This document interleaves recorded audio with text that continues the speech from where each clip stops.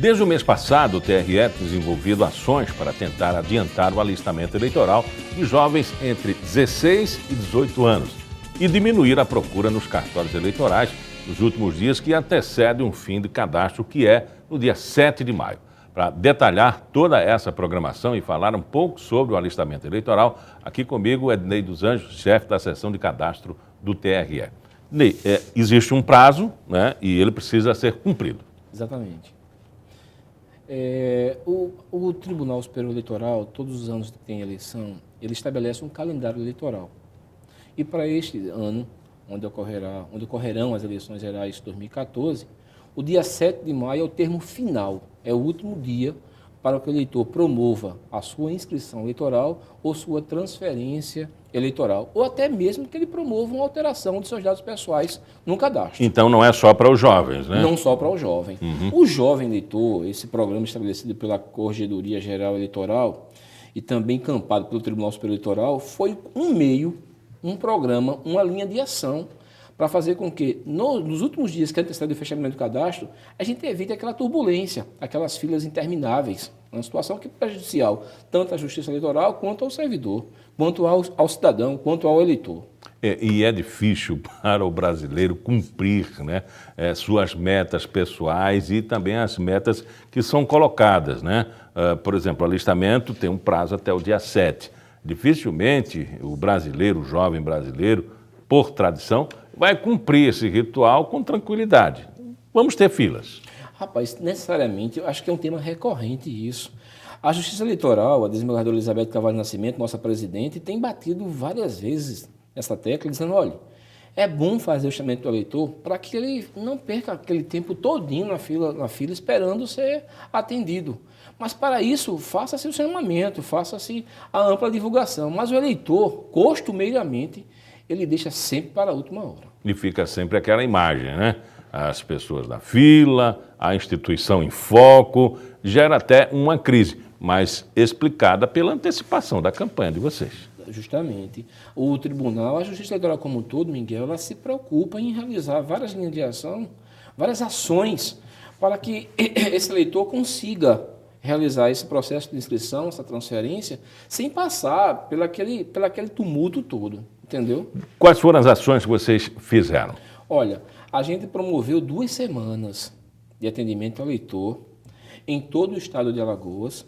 Uma semana aconteceu no mês de novembro do ano passado e a última semana foi agora há pouco, que foi do dia 17 ao dia 21 de fevereiro. Além disso, constantemente, através de entrevistas, através de chamamentos, a gente tem convocado os eleitores para que compareçam ao cartório eleitoral, para que compareçam aos postos de atendimento da Justiça Eleitoral, para efetivarem as suas inscrições eleitorais, para erradicarem as suas pendências junto à Justiça Eleitoral. Isso a contar do mais longínquo município até a capital. Justamente, nos 102 municípios que integram o estado de Alagoas, das 55 zonas eleitorais. A perspectiva de aumento do número de eleitor, fora as baixas, de pessoas que se transferem ou que já não precisam votar, né, ou que já cumpriram com sua convivência eleitoral.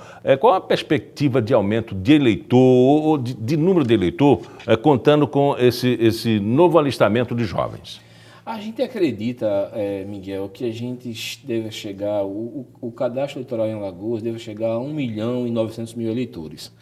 Agora, efetivamente, só poderemos dizer com propriedade quando chegarmos ao fim do cadastro, onde vai ter o fechamento desses números. E vocês têm base, assim, nos dados do IBGE?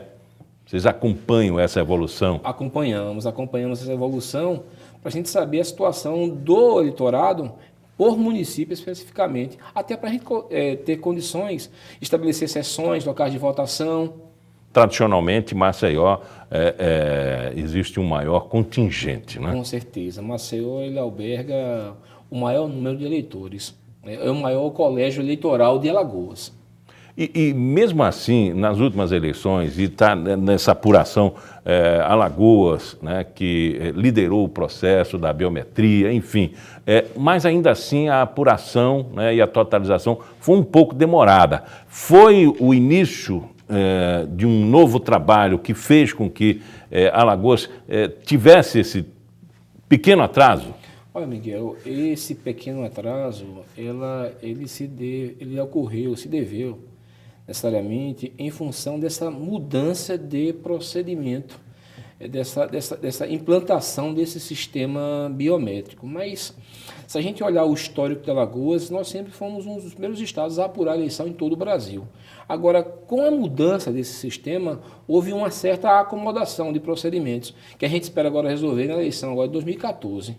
O estado de Alagoas vem aí vamos dizer assim, numa proposta nova, né, com a biometria e já com a segunda experiência. Aumentando o seu contingente eleitoral, a perspectiva é também de mais trabalho no TRE, antecipando a tudo isso. Com certeza, a desembargadora tem promovido várias reuniões com todos os órgãos diretivos do tribunal, com a equipe técnica, e a perspectiva é de uma prestação de serviço de excelência, com qualidade. E tradicionalmente, tem feito a livre concorrência, a licitação de entrega de urnas, enfim, daquele todo processo. Os Correios terminaram vencendo os últimos editais, né, pela sua experiência, né, experiência da gestão, experiência do serviço. Isso só pode ser, vamos dizer assim, compactado e divulgado a partir do momento em que se resolve a licitação. Mas os Correios é um sério candidato.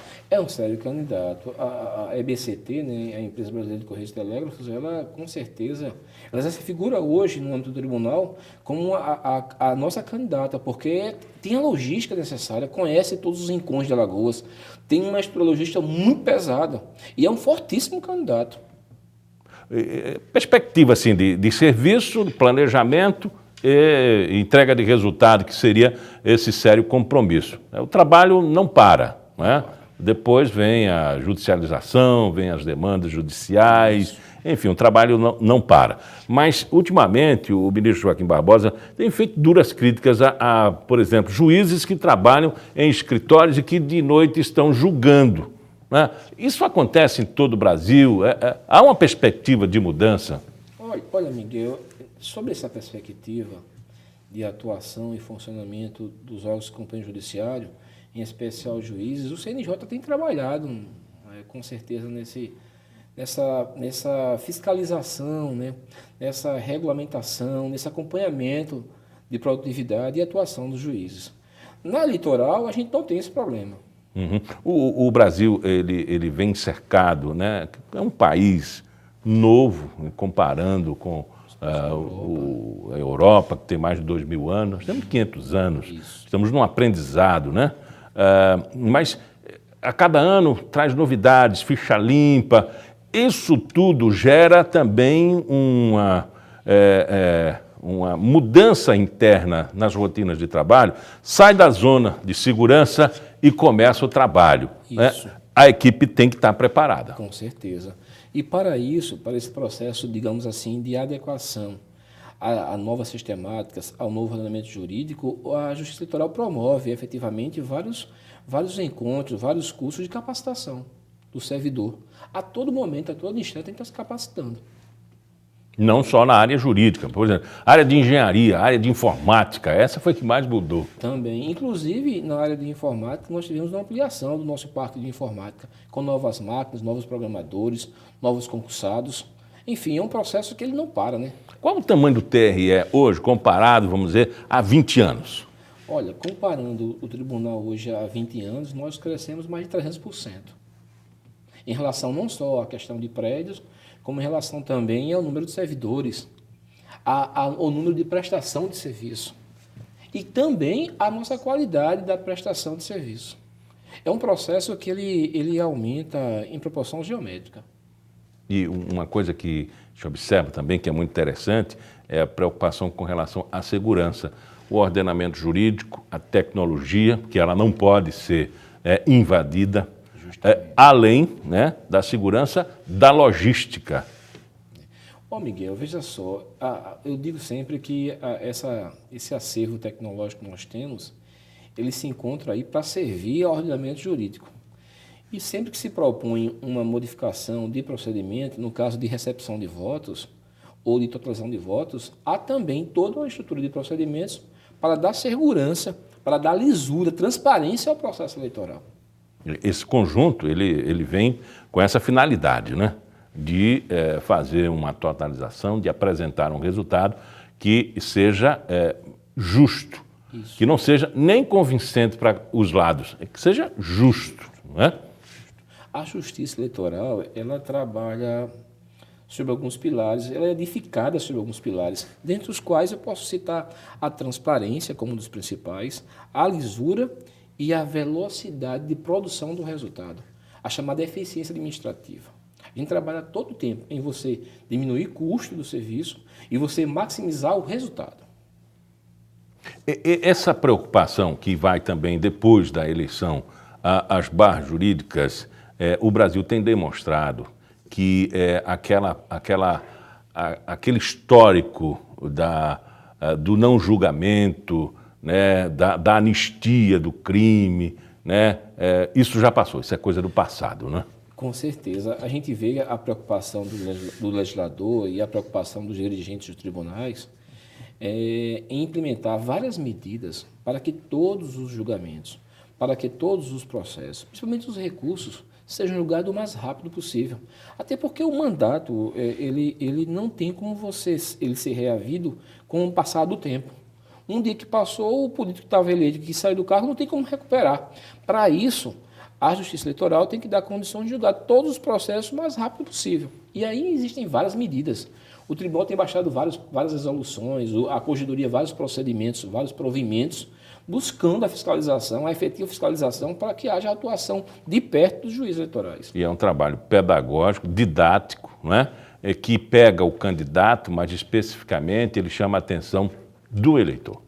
Esse eleitor é que é o elemento fundamental na eleição. Rapaz, eu digo todos os dias, Miguel, que o eleitor é um agente de transformação importantíssima da democracia. Ele tem que cooperar, tem que concorrer para que esse processo democrático se solidifique.